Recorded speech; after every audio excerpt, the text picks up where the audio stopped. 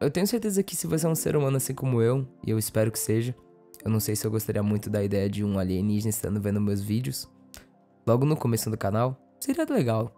Mas enfim, se você é um ser humano assim como eu tenho certeza que você já teve aquela inspiração randômica, sabe? Aquela coisa às 3 horas da manhã de agora eu vou aprender inglês, eu vou aprender um instrumento novo, eu vou ser o maior guitarrista de todos os mundos.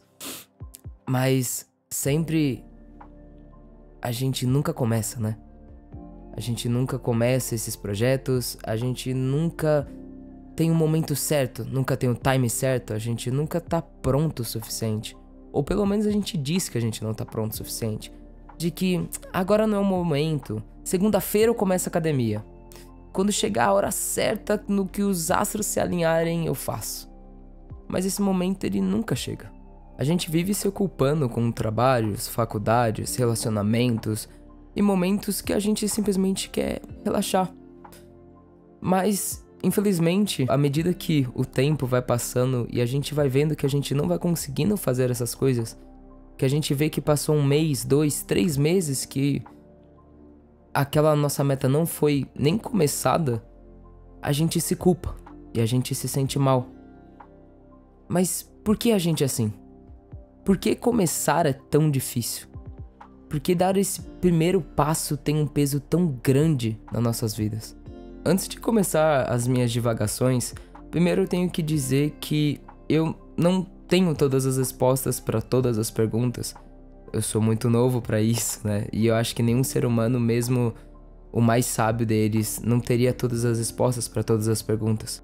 A minha ideia aqui é criar uma reflexão, é trazer uma reflexão sobre esses pensamentos, sobre esse comportamento que a gente tem de imaginar, de sonhar, mas de às vezes nunca começar, ou de sempre repetir esse ciclo, né? Eu ainda estou buscando pelas minhas próprias respostas do porquê eu faço isso, e talvez as minhas respostas sejam diferentes das de vocês.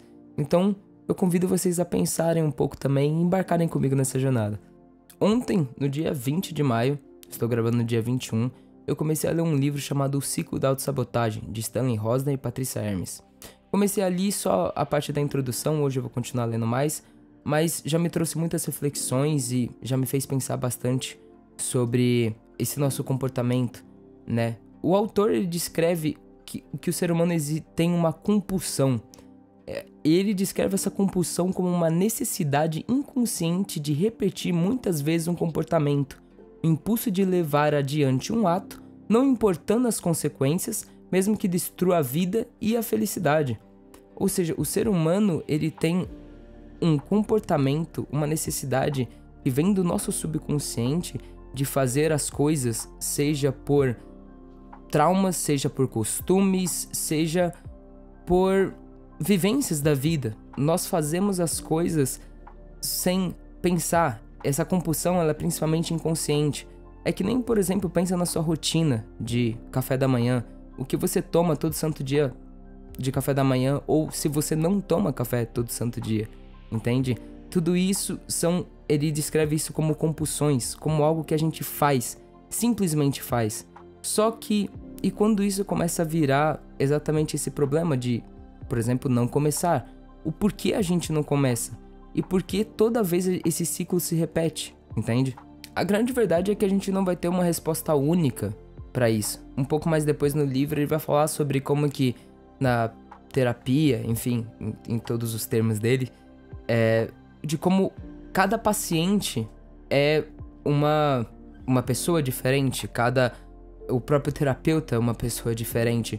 Então você não consegue colocar em bloco certas coisas. Então, tipo, as pessoas que têm ansiedade, elas não vão ser as mesmas. Os motivos podem ser semelhantes, mas a maneira como elas vão lidar e a maneira como você tem que trabalhar com isso é diferente. Então fica quase impossível de a gente achar um denominador comum. Cada pessoa é uma pessoa e cada um tem suas próprias histórias e vivências de vida. Mas existem coisas no qual a gente pode pelo menos pensar. Eu vou dar aqui o exemplo da academia. Pra mim, a academia foi uma coisa que hoje muda minha vida e já faz parte da minha rotina, mas ela não era assim. Eu já tive muitos problemas com a academia. E eu sempre queria, por exemplo, o objetivo da academia, no meu caso, por exemplo, era melhorar meu corpo, a maneira como eu me via no espelho, as coisas que eu não tava gostando, que eu via e eu falei assim, eu quero mudar a minha maneira de viver, a minha maneira, eu não estou saudável, enfim. E por diversas vezes eu até comecei. E muitas vezes eu falei, não, nem começava, eu comecei. Era aquela coisa de, não, segunda eu vou, não, tal dia eu vou, naquela maneira assim, bem comum de muitos seres humanos. Mas mesmo quando eu fazia, eu me sentia envergonhado pelo meu corpo, por não ser o mais forte, por às vezes não ser o mais alto, ou ter aquele padrão de corpo que eu gostaria de enxergar. E por isso eu tinha medo de ser julgado e de falhar, de não ser aquilo que esperam, né? Isso é uma coisa muito comum. Muitas das vezes a gente não faz as coisas pelo medo de ser julgado, pelo medo de falhar. Esse canal mesmo no YouTube, hoje eu tô começando, mas não é a primeira vez que eu tento fazer vídeos pra ele, nem que tentar ser alguém que cria conteúdos na internet. Diversas vezes eu tentei, mas eu sempre ficava naquela de... Por causa do medo não levar pra frente, pelo medo da rejeição, seja por causa do que as minhas ideias de conteúdo talvez não fossem tão boas, ou talvez de que eu não teria as qualidades técnicas, oratórias, enfim, que pudesse engajar com o público e que as pessoas pudessem me ver e que eu pudesse chamar a atenção na internet. Mas a grande verdade é que se a gente não começar, a gente nunca vai saber. A gente nunca vai conseguir viver as experiências só de sonhar nelas. Essa compulsão que nós temos de nem começar as coisas por causa do medo ou de ser julgado, ou de falhar, de decepcionar a outras pessoas e a nós mesmos, ela não pode ser mais forte do que a nossa vontade. Parece um papo muito de coach, mas é a verdade. Infelizmente nós temos que dar a cara a tapa e se nós não fizermos, ninguém vai fazer por a gente, entende? Então, o que fazer? Eu acho que o primeiro passo é, de fato, entender de que as coisas não vão ser perfeitas. De que a gente não vai ter o ideal, o cenário ideal o tempo inteiro. Na verdade, na maioria das vezes, e até mesmo em coisas grandes, em cenários grandes, com pessoas grandes de certas áreas, o cenário não é ideal. Então a gente tem que começar, mesmo que incompleto. Esse vídeo mesmo que você tá vendo, ele vai ter erros, vai ter gaguejos, ele vai ter muitos problemas. A edição não vai ser das melhores, porque eu não tenho ainda esse conhecimento. Mas eu preciso dar esse primeiro passo pra mim, entende?